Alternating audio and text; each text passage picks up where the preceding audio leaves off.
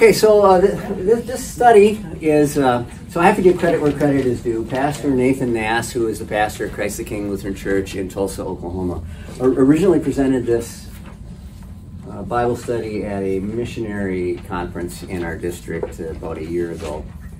And I just thought it would translate well into a congregational study also. Some of his study questions are aimed at pastors because that's who was present, and I'm making some adjustments along the way. But for the most part, it is a class that was originally put together by Pastor Nathan Nass. We are going to cover a fair amount of scripture and a biblical life that you maybe remember one or two accounts from when you were in Sunday school. But there are many things that happen in Elisha's life that are worthy of our study. So we'll get a deeper dive into the life of the prophet Elisha. We're also going to go somewhat quickly, so we're not going to look at every detail, although I'm happy to stop any place along the way and pick up anything you want to that we might have seemed to kind of go past in the text. But, well, we're going to go quickly for me anyway. So hopefully we'll be able to pound through a lesson at a time or so as we go. And it's going to start out a little bit more familiar and get less so the further we dig in. This is also a Bible study that it wouldn't be a bad study to have your own Bible along and open. I will try to get the words up on the screen every time. When I originally sat as a student in this class before Pastor Nass, we all had our Bibles present, so he didn't have all the stuff up on the screen. But, you know, and if you have your own Bible, it's not a bad thing to have a Bible that you use regularly. You take your own notes in, and then they're right there in your Bible. I don't know how that is for many of you. When I was in grade school, you know, you were forbidden from writing in those books. You know, at the end of the year, if you wrote in pencil, right, you had to go through the books and erase everything before you handed it in at the end of the year. And that training stuck with me far too well, because by the time I was in college and I was purchasing my books for keeps that were going to be on my shelf, you know, I was still not in the habit of actually putting permanent notes in the margins, and even my Bibles I kind of kept pristine. The further I got into teaching, the more I would put stuff right there in the margins. But it's nice to have in your own Bible the notes to refer back to from the studies that you've taken through the years. And if you own a book, it's your book. You know, go ahead, mark it up, make use of it. It's a good educational tool that way. Okay, a little bit about the Chariots and Horsemen of Israel. If you, on the sheet there, you've got some things to look at. So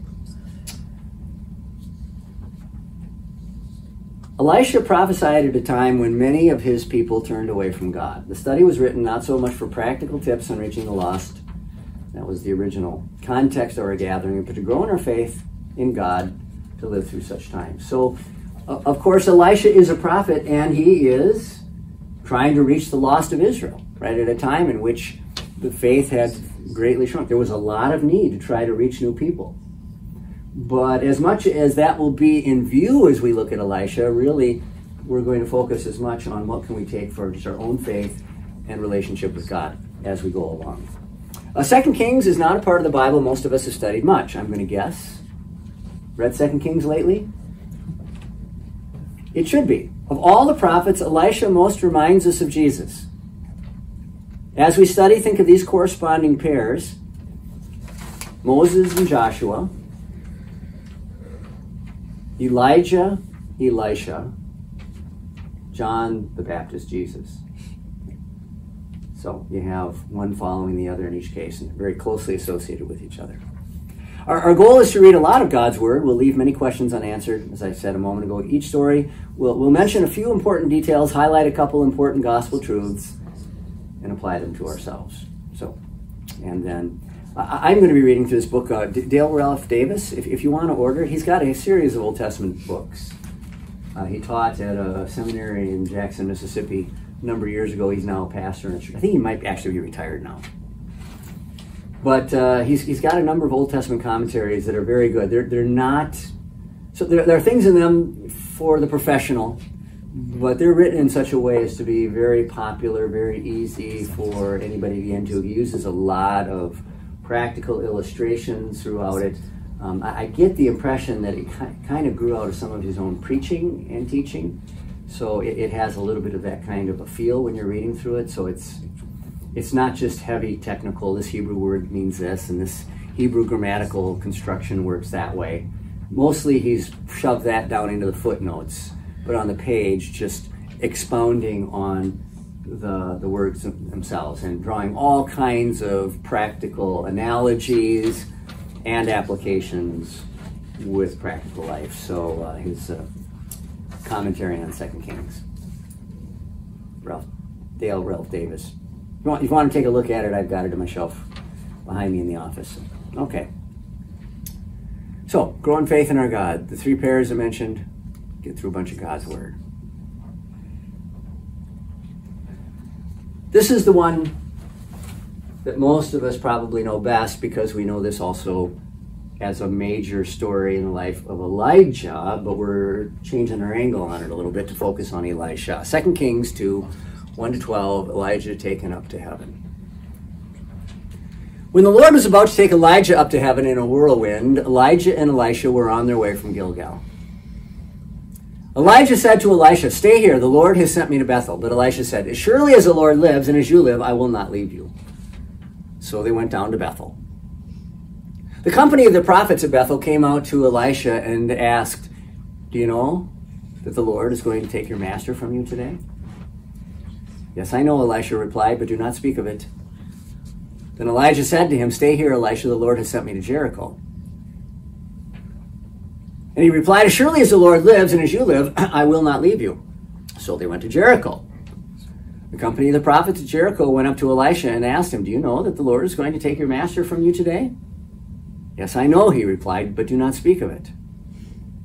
And Elijah said to him, "Stay here, the Lord has sent me to the Jordan." And he replied, "As surely as the Lord lives and as you live, I will not leave you." So the 2 of them walked on. 50 men of the company of the prophets went and stood at a distance facing the place where Elijah and Elisha had stopped at the Jordan. Elijah took his cloak, rolled it up, and struck the water with it. The water divided to the right and to the left, and the 2 of them crossed over on dry ground. When they had crossed, Elijah said to Elisha, "Tell me, what can I do for you before I am taken from you?" "Let me inherit a double portion of your spirit," Elisha replied. "You've asked a difficult thing," Elijah said. "Yet if you see me when I am taken from you, it will be yours, otherwise not." As they were walking along and talking together, suddenly a chariot of fire and horses of fire appeared and separated the 2 of them. And Elijah went up to heaven in a whirlwind. Elisha saw this and cried out, my father, the chariots and horsemen of Israel." And Elisha saw him no more. Then he took hold of his own clothes and tore them apart. All right. Anybody not familiar with that account from Sunday school? Okay. This usually makes it into the general things that everybody gets along the way. Okay, just some quick content keys. So, on the back to your sheet here. On the last day of his earthly life, the prophet who was convinced he was the only one left was surrounded by anything straight. So, do you remember Elijah? After he had his showdown with the prophets of Baal on Mount Carmel, and then Queen Jezebel threatened to take his life because he had had many of those prophets of Baal put to death, Elijah fled out into the desert. And while he was out in the desert, God came to reclaim him, send him back to ministry. And it was during that time out in the desert that Elijah said, "Take my life, Lord. I'm no better than my ancestors. I'm the only one left. They killed all your prophets. I'm the only one left. Now they're trying to kill me." And what did God tell Elijah about his evaluation of the situation? 7,000. So probably not a literal number. I mean, you probably not that you're going to actually get to 6,998, 6,999, 7,000. But it was an indication of the fact that there were still believers, not nearly a majority in the population of Israel at that time, but as we'd said earlier here in talking about something about the remnant, there was a remnant of believers God had preserved. And now here, what else do you see that maybe is striking in view of what Elijah said to God when he was out in the desert? Who's following him along? He meant from the sons of the prophets. Yeah, and so he's going to these cities, and each place there's a school of the prophets. You know, what's the school of the prophets? It's an Old Testament seminary. So there were training grounds for people to be prepared for the prophetic ministry. And maybe that itself even strikes us a little bit. I think when I was in Sunday school, when I heard about a prophet, I just always had the idea that God looked around and said, you. Right? And so Isaiah sees his vision and is called to be a prophet. Or Jeremiah has the Lord come to him and he's called to be a prophet. And that these guys are just kind of randomly taken. But there was training.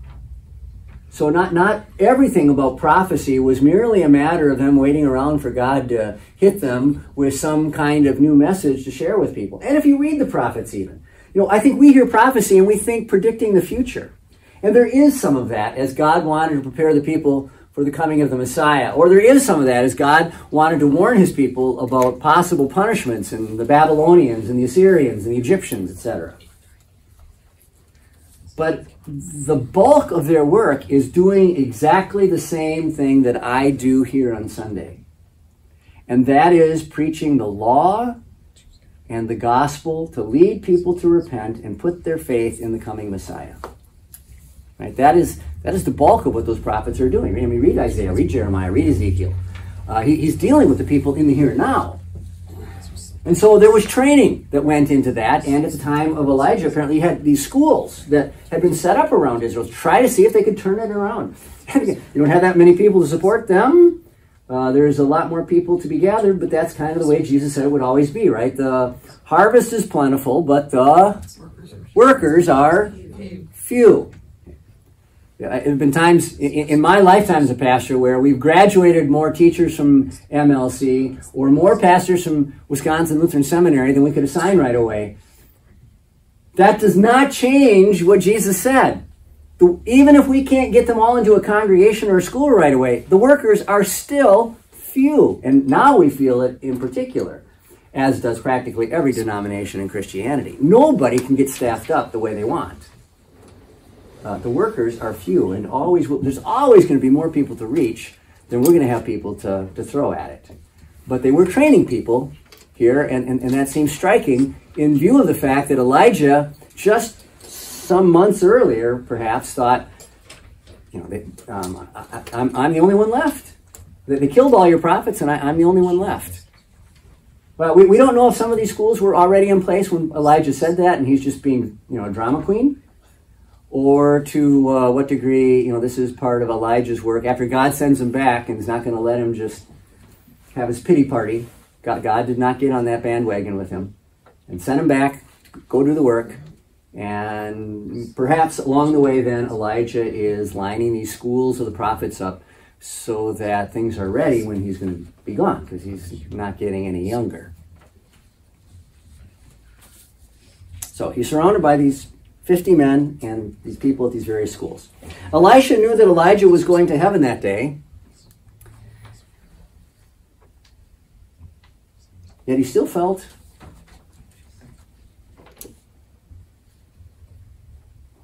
How did Elisha feel about the fact that Elijah was going to heaven? He wanted him to stay.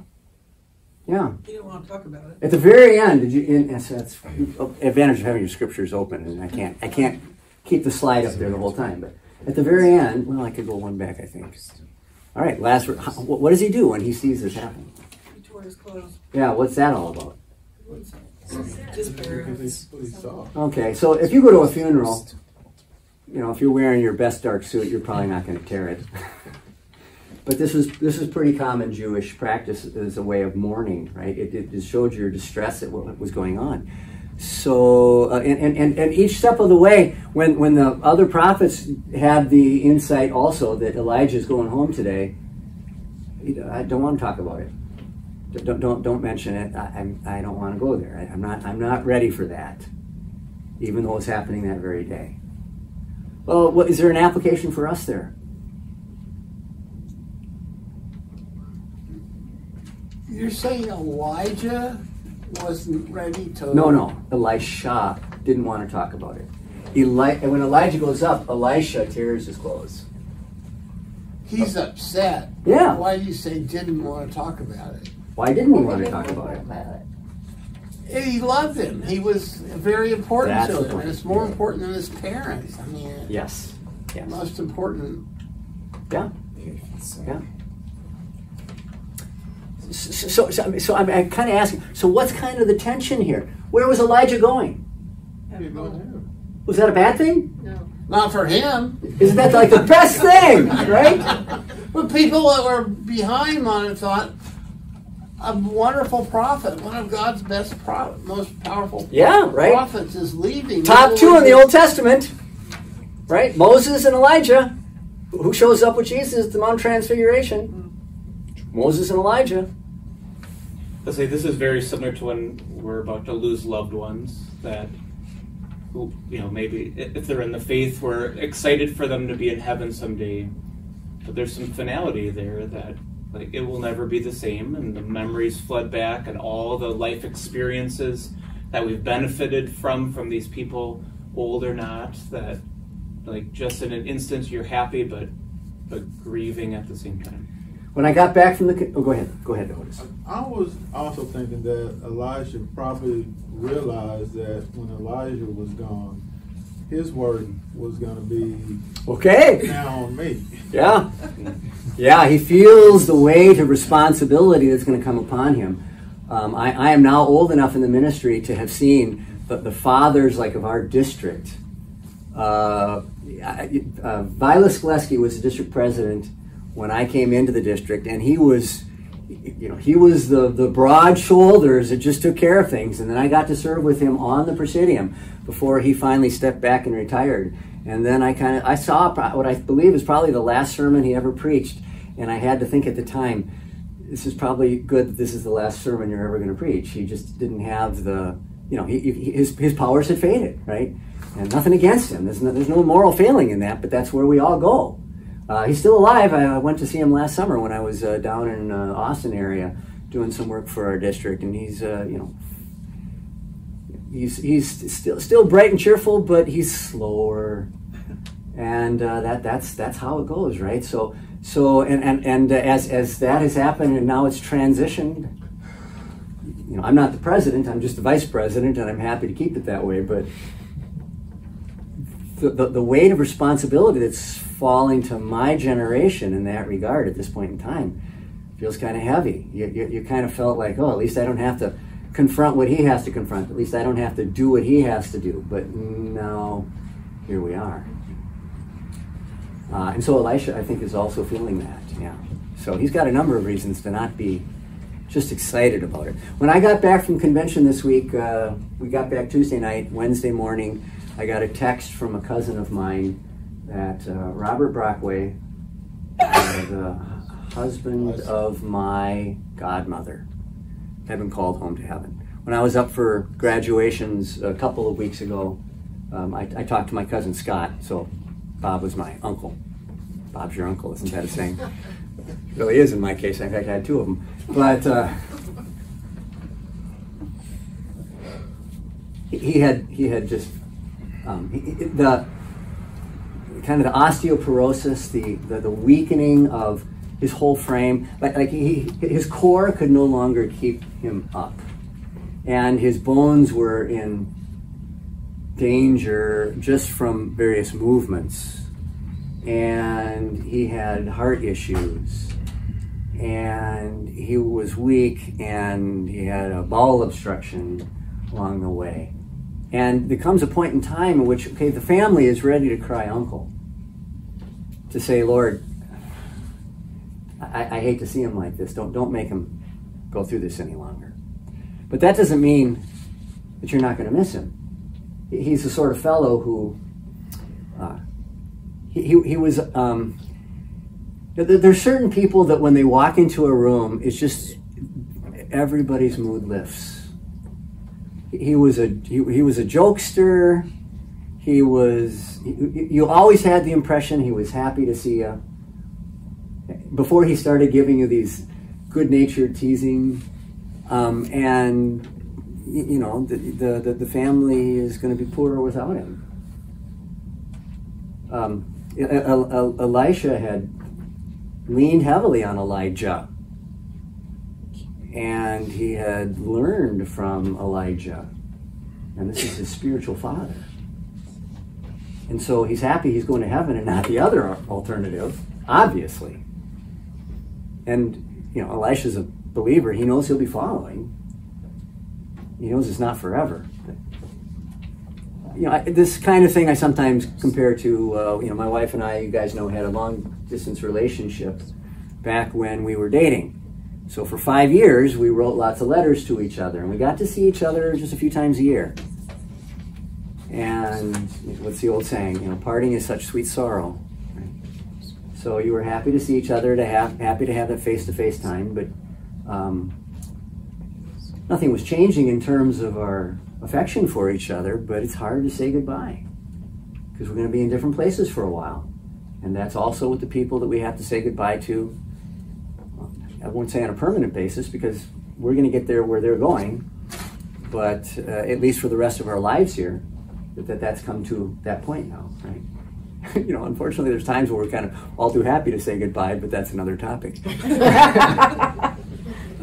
All right, so he still felt sad because he's going to miss his friend, miss his mentor. He's got this extra responsibility that's been placed on his shoulders. All those things play in. Okay, my father, the chariots and horsemen of Israel refers. So I guess we can do this. That's right before that. The chariots, my father. The chariots and horsemen of Israel. What's that a reference to? His dad. Elijah is like his father to him. Okay. It's kind of, unless but the Correct. chariots and the horsemen, that's where he disappeared from this life. I mean, that's the image, the last image of him is, and it's the supernatural thing. This is a miracle, and but Elijah is gone for good. This is just like if he got killed in battle, he's gone. Okay. So the commentators won't all be entirely in agreement, and there's a little room for this here. So what appears between the two men before Elijah goes? Chariots of fire. Okay. And then recognize, although it's not necessarily wrong to conceive of Elijah, chariot is a means of transportation, and so it's not necessarily wrong to think that as a part of that whirlwind, the chariot might have been involved, but that's not explicitly said. The whirlwind is what takes is what's specifically identified as that which takes him up. The other thing's kind of an argument from silence. And so, some people will get upset if you say the chariot might have had some role there. The scriptures don't say one way or the other. They say it goes up in the whirlwind, but it's possible this is all together. We don't. No doctrine depends on that. So you can keep in your mind whatever perception you have of that. But it doesn't say specifically he stepped into the chariot and was whisked away. But because of the presence of that chariot, a lot of times people think that this is just a reference to what's taking him away. But it seems to be that because of later use, if you look at 2 Kings 13, verse 14, that it's actually a reference to the kind of leadership, and that's what Robert was referring to here, the kind of leadership that Elijah himself had provided. So back to what you were saying, Otis, about this weight of responsibility. This man had been, in the ancient world, the chariots were like, you had cavalry and chariots, and this is better than just infantry and foot soldiers, right? This is the next level in terms of weaponry and battle. It's like, if you have a bunch of infantry and you have a bunch of tanks, you like the tanks, or better, if you have airplanes in the sky, right? And so the chariot this is a man who was basically God's special weapon here on earth, fighting on behalf of God's kingdom. And away he goes. And away he goes. So probably a reference to Elijah himself. Okay, key gospel truth. Better than blank for God's people are the blanks of God. Kind of in light of what we just talked about. In terms of taking care of God's people, better than... So, say it? Prophet? Well, I'm going to...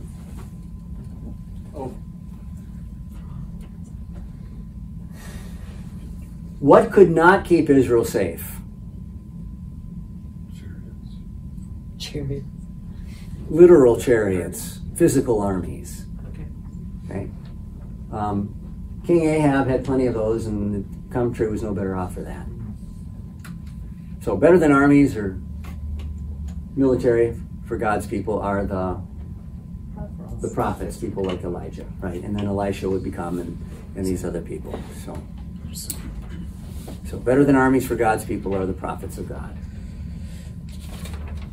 The word, back to the word. I'll put some things in away. All right, good morning. We continue on in our study of the life of Elisha today. We're still on the back end of this account of Elijah going up to heaven. So that's probably the account that's best known to us from Sunday school and such. There'll be a few others, I think, that are somewhat familiar. You get the bears that are called out of the woods to eat the children. You should teach that one to little kids so that they learn learn to respect the prophets. Right? Respect the prophet. Something's off. There's this one-year Bible that I read. It's the same stories that are going on. Oh, we happen to be hitting it in that calendar. Okay. Yeah, right. Well, that's purely a matter of serendipity. Okay. No planning on that. It took me this long to teach the previous one. Every Bible class takes me about 5 times as long to teach as I plan when I lay it out. You really get in depth. And Well, that's enjoyable. unless you guys are in a hurry to get to the next thing, I am content to just take whatever time. It's not like this is college. I'm going to get that experience, this fall. I'm teaching the class in the Lutheran confession starting in late August. And then I got to be on track. Of course, it's online, so it's a little different approach. But I have no choice but to finish the lessons. So you may breathe a sigh of relief after that and say, oh. I maybe joked about this with you once. A classmate of mine, Keith Wessel, he now teaches Latin up at the college, but he was pastor in North Atlanta, Georgia for a while. And in his Christmas letter one year, he wrote, my congregation is waiting with bated breath for me to master the 20-minute sermon. But I have to master the 25-minute sermon first. And I think most of my sermons are closer to 25 than 20 at this point in time. Although I've been working on that a little. Anyway, I write the same number of words, but I don't go as fast, or I ad-lib a little more. It's just how it goes. So sorry. Nice run. You get what you get. Don't throw a fit. We're getting our money's worth. Well, I hope so. Okay, so the search for Elijah. So after Elijah goes up in the whirlwind, which was the class that we had last time. It's not a normal thing. Everybody wonders where to go. People in Oklahoma from time to time go up in whirlwinds. Along with cars and farm machinery and family heirlooms and large chunks of houses, right? And where do they go? You see the pictures on the news afterwards. Or maybe you drive through a town where there's been a tornado recently. We've been up and down I-35 a number of times this summer, and we have been through the area around Marietta, which is where the tornado went through before it headed over to Sulphur, right? And you've got that big Dollar Tree warehouse that got torn apart, and you see big sheet metal pieces that are wrapped around the highway markers and the barriers in the middle of the highway and stuff that's strewn all over. When we had the tornado that just touched down over here, if you got here early enough that Sunday morning, there was pieces of the gas station roof across the street in the bank parking lot. So Elijah goes up in a whirlwind, and they say, well, it looks like it's a recovery effort now.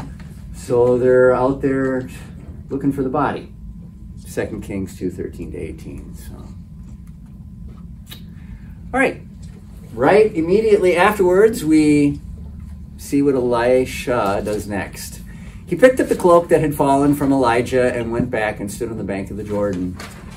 Then he took the cloak that had fallen from him and struck the water with it. Where now is the Lord, the God of Elijah, he asked. When he struck the water, it divided to the right and to the left, and he crossed over. The company of the prophets from Jericho who were watching said, "The spirit of Elijah is resting on Elisha." And they went to meet him and bowed to the ground before him. "Look," they said, "we, your servants, have 50 able men. Let them go and look for your master. Perhaps the Spirit of the Lord has picked him up and set him down on some mountain or in some valley." "No," Elisha replied, "do not send them."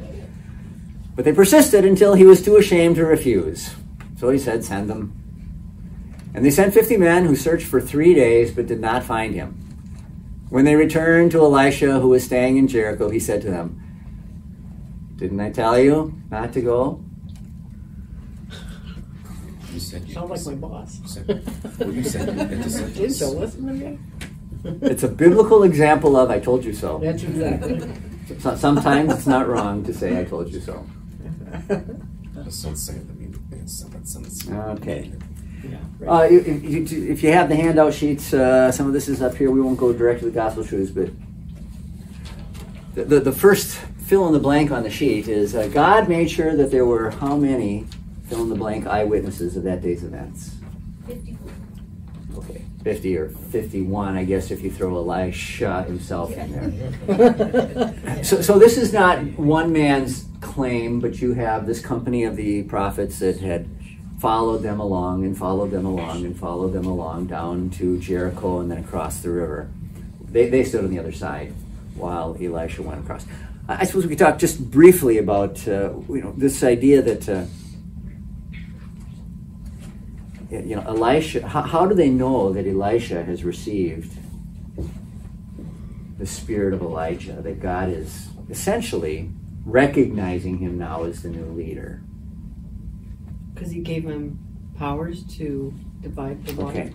So once again, the miracle of the river dividing, which is something that would have been familiar with these people from the past, from the time when Joshua leads the children of Israel from into the Holy Land near Jericho at the Jordan River there. So, And also Moses. so of course the big one was Moses with the Red Sea. Right. It was a somewhat smaller miracle when God stops the river so that the children of Israel can go across at the time of Joshua. And then here the miracle is repeated. And that is a confirmatory miracle. It would have been possible to get across the river other ways. It's not as though this was an absolutely necessary thing. No one was going to die if you didn't have this happen. But it was a way of immediately stating to Elisha himself, as well as the other prophets, your request for the double measure of Elijah's spirit has been given to you. And did we talk about the double measure of his spirit last time? I don't think we spoke about that too much. So Elisha had requested that. If he could have one thing before Elijah left, he'd like a double measure of his spirit. So does that mean he gets twice as much Holy Spirit in him? The picture of a double whatever is of the firstborn son's inheritance. You know that through most of history they have what was been called the right of primogeniture. In other words, oldest son gets the position of new patriarch in the family. Oldest son then also receives a double portion of the inheritance, which isn't just so that he can enjoy himself with it, but there is some expectation that with being the patriarch, you're also going to be somewhat responsible for the rest of the family. So you are equipped as much as possible. Understand, these families all lived in poverty compared to us. They'd all be below the poverty line compared to what we think of. If they had a second pair of clothes in the closet, they were fortunate. There was no climate control in their stone houses. It was a hard life. But the oldest son would get an extra amount because he's there to now kind of look out for the whole family. He's the one people should go to. When it comes to the Spirit, you have him or you don't. And God can bless people with special powers of the Spirit, special gifts of the Spirit. We understand from, even in the New Testament, the Apostle Paul says that when you become a Christian, you are spiritually gifted in some way. Not most of that necessarily in some sort of a miraculous gift, although at times in history it could be that kind of thing. But he equips you for serving him. And so as the person who's now going to be leading the prophets in Israel, he gets the double measure. He is going to have God's Spirit with him in such a way as that he is empowered for the work. But it's not as though you measure out, how much is a lot of Spirit, and how much is a little, what kind of a box do you measure that with? Right? The Spirit isn't something that occupies space and thus is something we think of in terms of measurable quantity. It doesn't fit in this arena. So you can only take the illustration or the metaphor of double measure so far before you're quickly into silliness. How much space does the Holy Spirit occupy, or how much space does God occupy? All of it. All of it, yes. All of it. So the idea is that he's going to be the heir. Elisha parted the Jordan River just like Elijah, right? And Joshua long before, whose name means the same thing as Elisha's name. And Joshua's name, frankly. So, did we talk about the names at all? So, not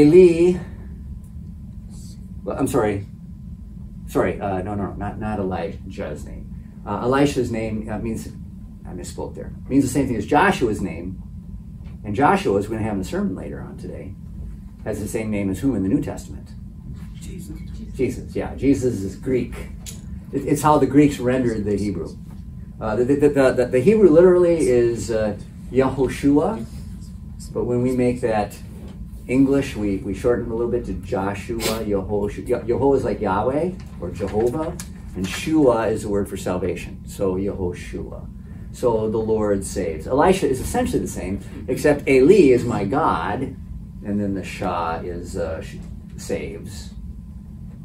So, and the first person to cross the river this way, Joshua, his name means the Lord saves. Elisha means my God saves. And then later on, Jesus means The Lord saves. the Lord saves. Same thing, right? So they have very similar meaning to their name. We're going to talk a little bit more about connection across these. Did you have that question last time? I think we just made the point that when you look at the ministry of the prophet Elisha, there's a lot of overlap, or a lot of similarities with the ministry of Jesus himself. And we'll point those out more and more as we go along. Okay, the first thing the company of the prophets did when they recognized God's Spirit in Elisha was They bowed down. okay. So they recognize him based on the fact that he's performed this miracle. Then the second thing that they do is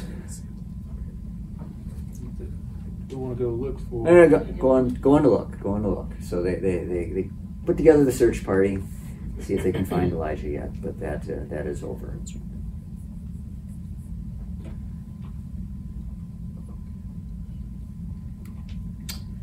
So, key gospel truth. Even if you parted the Red River with your robe, People still have doubt. people would still have doubts, right? Elijah is the new appointed man of God, and even the other prophets aren't ready immediately to take his word, aren't necessarily ready to accept his judgment on what's going on in the situation, even after the miracle. And so it's been for those in the prophetic office through time.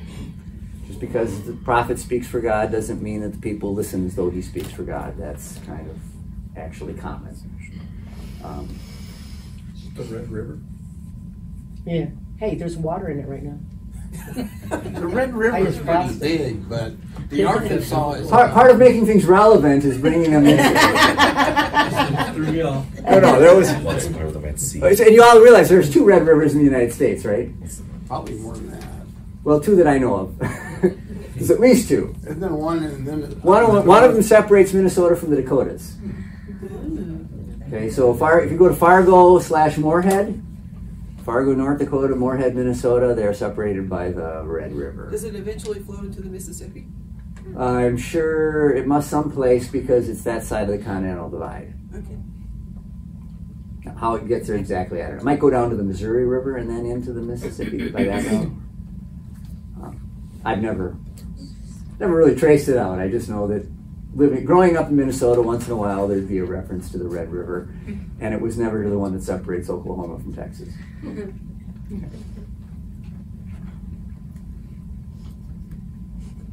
All right. Way to go, Steve. All right, conclusions. So when people second guess your advice or decisions, is there a lesson we can draw from this? How does Elisha handle it? He says, told you so. Well, he gets there, but is that where he starts? No. I thought he gets into it because they keep badgering him. Yeah. Like, well, All that's right. true. It is true. Was this a hill to die on? Yeah, no. No. Was Elisha right? Yes. Yes. Yeah. He still let him look. An old mentor of mine once said, sometimes it's not wrong. It's not wrong to say you're. It's not wrong to say that you were wrong, even if you weren't. That's a little different, perhaps, than what you have going on here, but it's something of a similar idea. You have to choose your battles. Yeah, you have to pick and choose as to what is worth really going to the mat over, and on some issues, just let it go. And if they want to go carry out the search, there's no skin off Elisha's teeth. Let them go. Let them become convinced that way. That's okay. Sometimes leadership isn't about pushing people in the direction you want them to go. And it's a good educational principle to let people explore things and come to the conclusion themselves. They will remember better very often. Even if they're wrong-minded in the beginning, if they discover it for themselves, it often will stick better. And after having searched high and low for 3 days and maybe getting a little tired and dusty and thirsty in the process, they get a little chastening out of it as well, and that may help also. I think the things that I remember best are things that I was mistaken about at first. I've probably taken hundreds of tests in my lifetime, and the answers I got right, I mean, sometimes that information stuck in my head, but sometimes I crammed it in there for the test, I spilled it out in the test, and away she went. But sometimes it's the stuff that I got wrong. Yeah. And maybe that I even took the professor on, or the teacher on, wait a minute, I want to argue for this, but finally I have to concede. Sometimes I remember that the best. So there are times when you have to stand up for it because there's more at stake. So sometimes you just have to take your stand, but you have to pick and choose a little bit. That applies to not only teaching situations. Anybody who's married knows that applies in marriage at times. Your spouse is wrong. Let it be. It's okay. Let them be wrong. It's not worth going to the mat over. Family situations in general, your kids, same thing at times. They're wrong about something. Or your parents, they're wrong about something. Just let them live in their delusion. It'll be okay. They say, happy wife, happy life. That's okay. You learn more from confirmation class than you realize. Okay, was there a hand going up here someplace? I was going to say that sometimes people ask my advice and they say, well, I'm not going to do that. And I say, well, do what you've always done and get what you've always got. And I go, what does that mean? I don't know how to explain it anymore. Say it again. Do what you've always done, get what you've always got. Oh, yeah. Well, I always Change it. think everybody's got choices, and there's consequences to every choice. That is true. And so you got your choice, and you're going to have to live with the consequence. So what Diane Whether it's said, good or bad. in the business world often, and I think this might be original with Stephen Covey, I'm not sure, but the definition of insanity, Doing the same thing over and over again. and expecting different results. It's a more or less the same kind of a idiom or metaphor, right? If you keep doing the same things and expect different results, it makes no sense. You can't fix stupid. That's another one. All right. Can't fix stupid. Oh, yeah. All right. Oh no, okay, so I didn't put the other one up on the slides. So there's another thing on your sheet. If you've got the sheet, it looks like this. I'll try to walk you through it. Biblical truth. Proverbs. Look at this list of miracles performed through Elisha. Put check mark to any miracle that reminds us of one of Jesus' miracles. So I can just read them out to you if you don't have the sheet with you. And you can tell me which of Jesus' miracles it reminds you of. But, so Elisha divides the Jordan River. Moses. Well, specifically Jesus' miracles. No. It's maybe the least likely, like any. Yeah. Maybe a little bit. So Jesus got across the lake, not by dividing it, but by going over top without a boat. Okay. The water of Jericho is made drinkable. Water to wine. Okay, yeah, Jesus worked with water to wine, right? Not that water's not drinkable, but it doesn't have a lot of flavor. Mocking children are mauled by bears. No. Sounds like a Cover. sounds like a Don't teach the children. Allow the children to come Don't into mock him. them. Okay, yeah, I don't know of an immediate parallel for that one.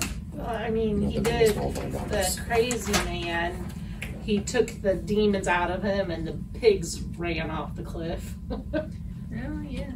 I don't know. That's kind of a, to me, All right. He's not mean to it's kids. craziness. He's It's not not He's not kids, mean, it's pigs. not mean to children, although I don't know that we ever have any account of him being mocked by children either. In fact, generally speaking, he did better with the kids than any other demographic group in his ministry. Water comes for Jehoshaphat's army. So Feeding the Jehoshaphat's 5,000. okay, a little bit. Although some of the future ones are more in that line, but What did they say? she said feeding the 5,000. Oh, Widow's oil is multiplied. 5 loaves and 5 fishes. Okay, they're feeding of the 4,000 or feeding of the 5,000. The Shunammite woman bears a son. She was barren. Elisha blesses her. Okay, so not so much Jesus' specific ministry, but there are other things in Scripture.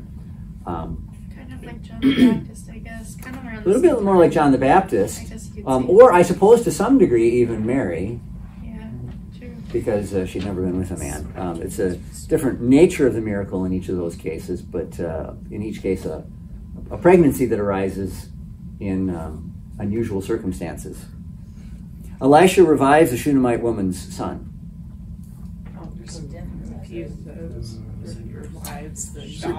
Okay, daughter of Jairus is raised from the dead. The widow of Nain's son is raised from the dead. Lazarus. Lazarus is raised from the dead. So you have several accounts that are similar. Poisoned stew is unpoisoned. We'll go through these in detail later on. Don't remember that one. Guess you could take any time he healed somebody. Well, it's unpoisoned, so it was inedible and it's made edible. Touching the sick girl, touching him. Eating grain on the Sabbath. It's kind of strange.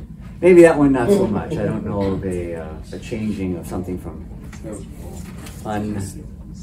inedible to edible. 100 men fed with 20 loaves. Well, Feeding that's back to feeding the 5,000. In fact, that's maybe the strongest parallel there. Naaman cured of his leprosy. Just Jesus curing. Oh yeah, Jesus cured lepers all over the place, right? Eyes. Gehazi is struck with Naaman's leprosy. I don't really strike anybody with an iron steady. So Jesus almost never uses miracles in an aggressive sort of fashion. But could that go with what she said? That he took demons and put them into The pigs? pig, so that he took this leprosy and put it on this person? There are places where, well, Jesus doesn't use his wonder-working power to create he doesn't go on the attack with that per se. He does warn. He does warn about things. I don't know, maybe some. So Gehazi was the faithful servant of Elisha. Jesus had a faithful servant who betrayed him. So a little bit of Judas in there, maybe. Jesus didn't use his power against Judas per se, but Judas's life certainly changed. That's part one, like she was just saying, cursing the fig tree. That was using it. Okay, no, so he cursed the fig tree. He used that as a metaphor for his disciples, a kind of a parable, but all right. The floating iron axe head. Walking on water, but that's Okay, so it's his whole body, not an iron axe head. A little bit of that maybe when he walks on water. Elisha surrounded by horses and chariots of fire. When he ascends to heaven.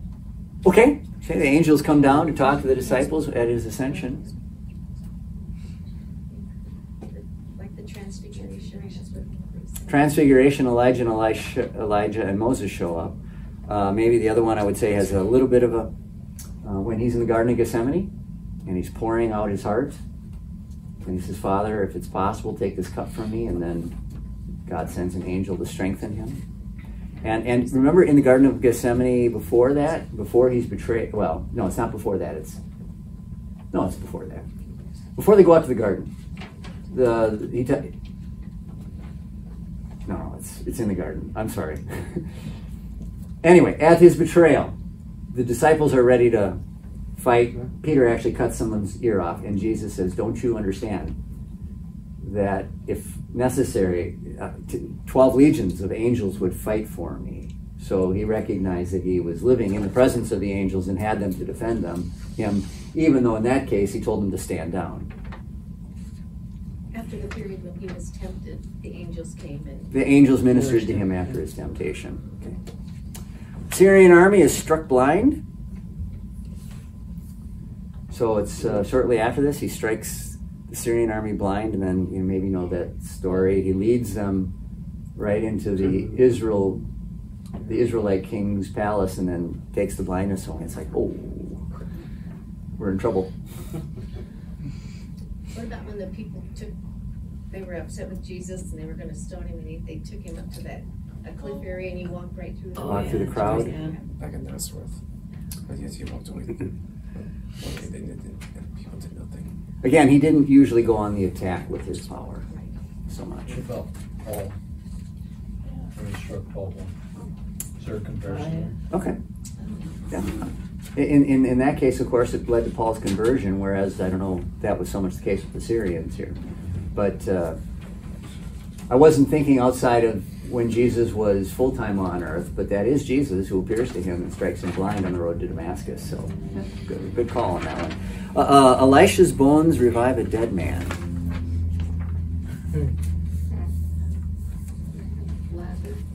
So again, you can go through any of the resurrection miracles that Jesus performed during his ministry, and there's some parallel.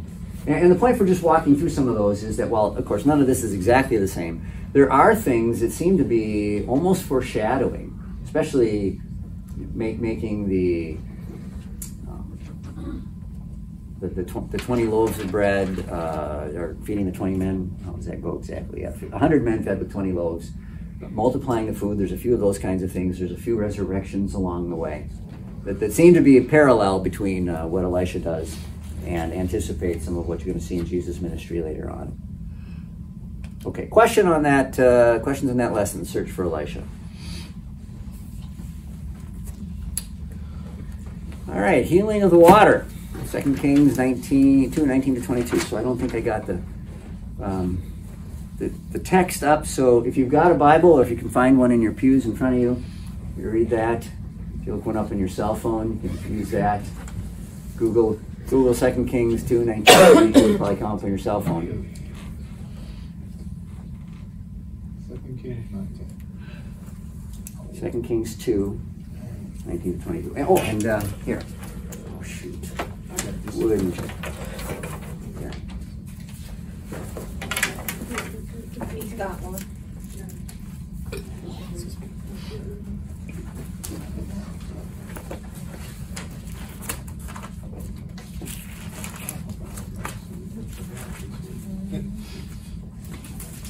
I'll tell you later about how my travels went this week. Where'd you go to? Northern Illinois. Me and modes of transportation, we're not getting along this week. And I'm a little further behind right now than I would prefer. So if you got one of those, I'll need one yet. Trust it this week. Well, Week and a half, right?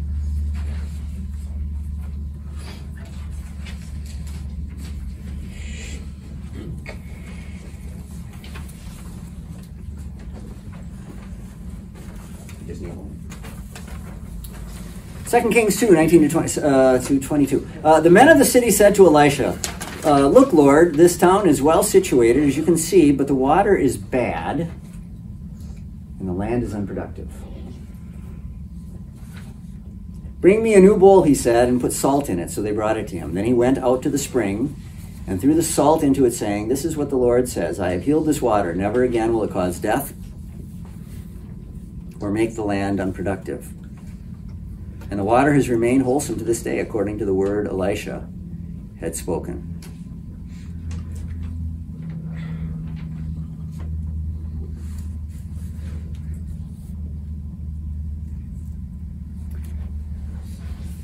So the study guide here says compare Joshua 6:26 with 1 Kings 16:34.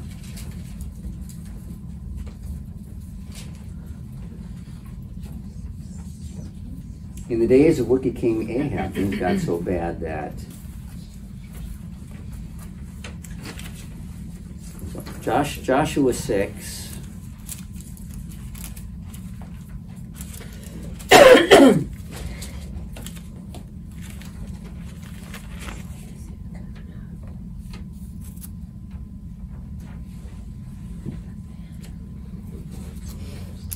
At that time, Joshua pronounced this solemn oath, cursed before the Lord is the man who undertakes to rebuild the city Jericho. At the cost of his firstborn son, he will lay its foundations.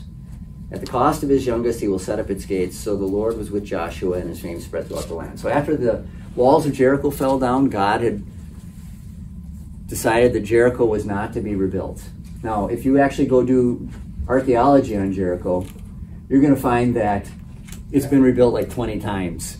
Not that Joshua's time was nearly the first. You know, it had risen and fallen a number of times before Joshua ever got there. But at that time, God had said, no more for Jericho. It's going to remain fallen. But then you compare 1 Kings 16:34.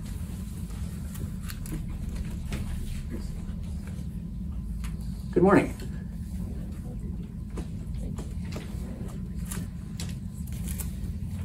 Somebody have it already?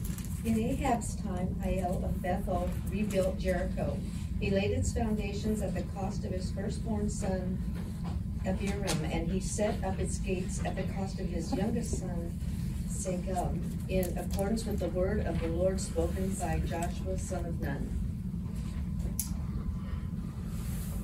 So, Joshua, about 1400, 1350 BC. Ahab, about 900. So, what had happened in those years? I mean, what was the state of the nation that the city gets rebuilt? They take over. Okay. Israel's conquer the promised land in between, but now maybe Joshua, that's after the conquest. I don't know. It could be after the conquest. I don't know. No. Okay. So Israel has taken the promised land over. But what was supposed to be the fate of Jericho? Never to be rebuilt. Never to be rebuilt. And not only does this man rebuild it, but what does the 1 Kings passage tell you? At what cost? His two sons, his eldest and the youngest. Just as the prophecy had been made, just as the promise of God had been made, you will rebuild the city at the cost of your own family members.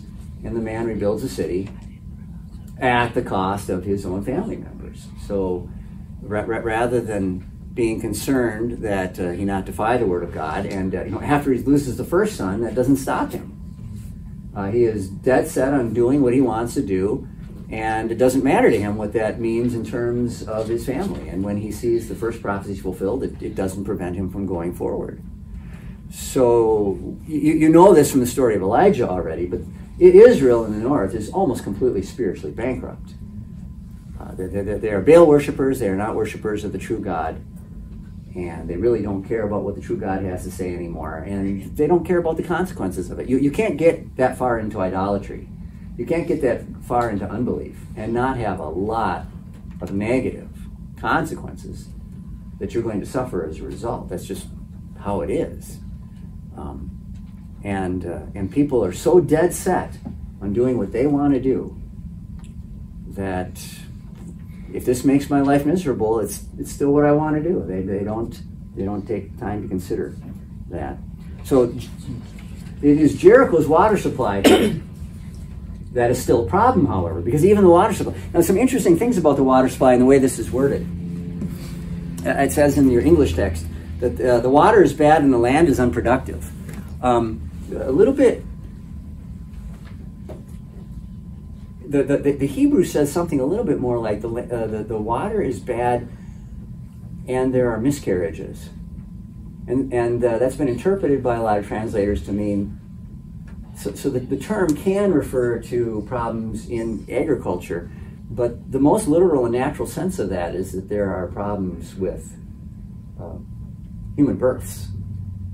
And so it seemed that something in the water supply was poisonous enough that it was causing families to have an unusual number of miscarriages. And having municipalities with bad water has not been an uncommon thing throughout history, right? Just ask the people up in Michigan, in Flint.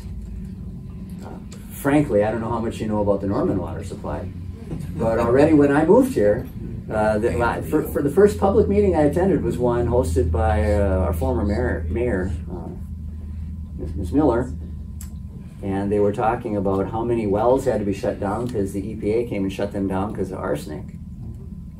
And then the other thing that Norman water is known for is hexathallium, chromium-6, which is within standards just barely. So don't recommend to drink the water straight out of the tap if you can help it. I think that the water came from wells, but there's more than one kind of water that the city that they have dug that doesn't all have arsenic in it. So so they shut down the wells that were out of government standards. That didn't mean they shut everyone down. Right, yeah. Right. And they could mix it. They could mix a little of it. Dilute it? With water that didn't have as much arsenic. Okay, that really sounds bad. Water chemistry. Along the lines of what I said about hills I want to die on, Bob, if you want to drink that water, I will not but anyway. So, I mean, how much impurity, I guess that's a question we always have sometimes. How much impurity do you want in your water supply? Most people would say, okay, we want to shoot for 0. Maybe we can tolerate some, but anyway. So it's not a new or unusual problem, but this was the problem that Jericho had at that time. And it seems that it wasn't just that the land was unproductive. It's not as though that was a highly irrigated area around there. That river valley was fairly fertile, so it would seem to say there was a problem with the drinking water and its effect on the human lives, and they were concerned.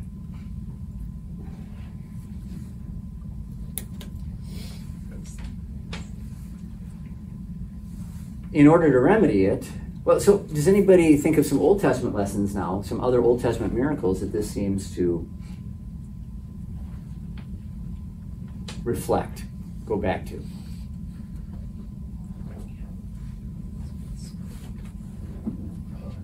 I think maybe wrong about this, the Egyptians, when the firstborn died. Oh, okay. Yeah, I'm not thinking so much of that. So, go ahead. When they were in the desert? Yeah. Very early on, between the Red Sea and Sinai, they would come to the waters of Mara, which means bitterness. And in this case, what did he throw in? Salt. So, okay, threw salt into it in this case. In that case, it was a branch, but it sweetened the waters. And it made the waters possible, palatable for the people then to drink. And so here it wasn't just a sweetening of the waters, it was a healing of the waters, but it has some parallels with what Moses did early in the journey of the children of Israel. Well, considering the fact that God had forbidden rebuilding of Jericho, he had promised that rebuilding it would cost the 2 sons' lives if anyone tried to do it. And he went away, and the man in Ahab's day went ahead and did that anyway. And then you had this bad water supply. What kind of an Israelite would you have to be to actually want to live in Jericho? Right. What does that say about the kind of person who would settle there again? Defiant. Okay. Well, and they certainly worship other gods or something that they didn't follow the true God, because the word says, don't do that. It would be an indicator of an idolatrous heart and a defiant heart. And so Jericho was a great city in ancient times in many ways, but it was never a city that really stood much for the truth. And it was the first city in Canaan. God said, okay, we're going to start with this one again. You just wipe it out.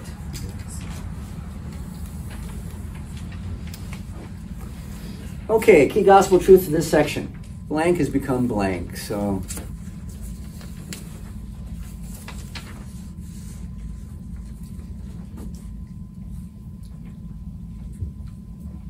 let you ponder on that a moment.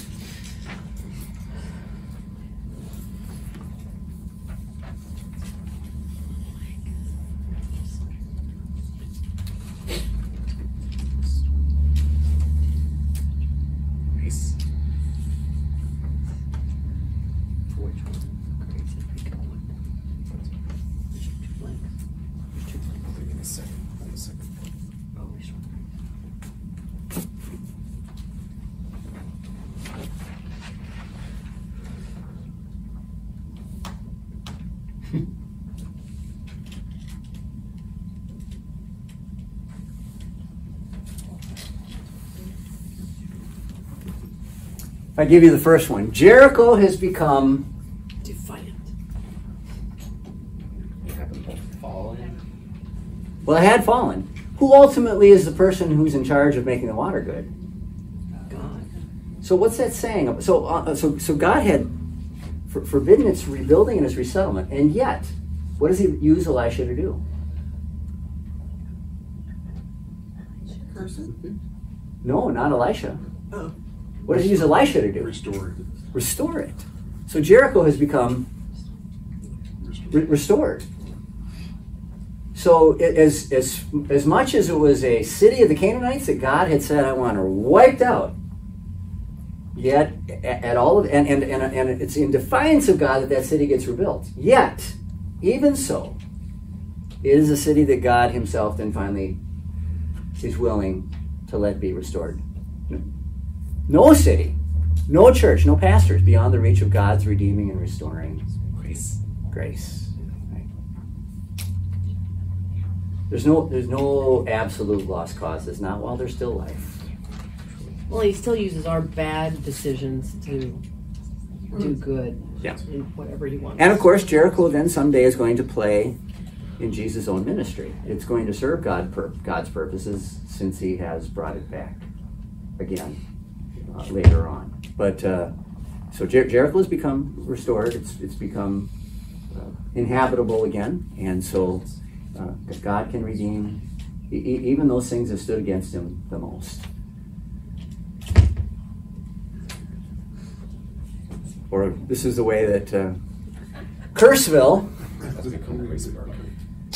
has become Graceburg. Never would have guessed that. Right. Jericho's become restored. It's probably a little bit more textual. Who wrote this? God's restoring grace, right? All right.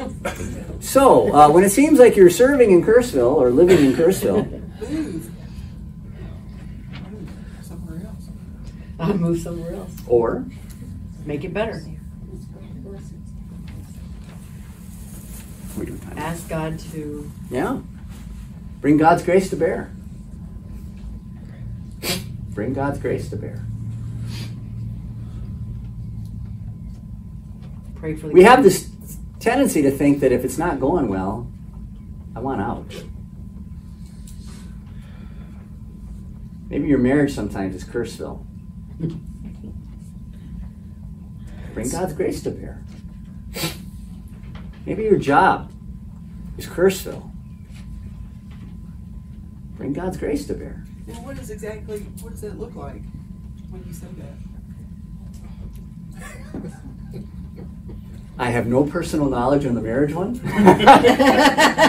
answer. I'm talking about a job. That's a setup question if there ever was one. Good job. Good job. Well, what do you think? I don't know. Have you loved every place you worked? No. You ever had it where the Some employees days- couldn't get along? Ever had a bad, there was a movie, a small chain, I think it was two of them, Bad Bosses? I think it's called Bad Bosses. Yeah, something like that. They've got 3 guys in each of them and they're having trouble dealing with their bosses. So you've got, I don't know, I work for the best boss.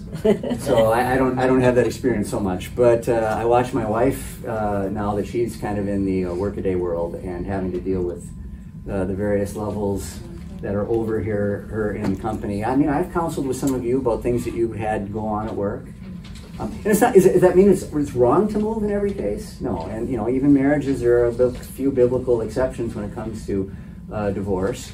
But don't always reach for I'm out of here as the first approach. Bring God's grace to bear when you can. It can apply to churches too. There is a time when you should leave the marriage.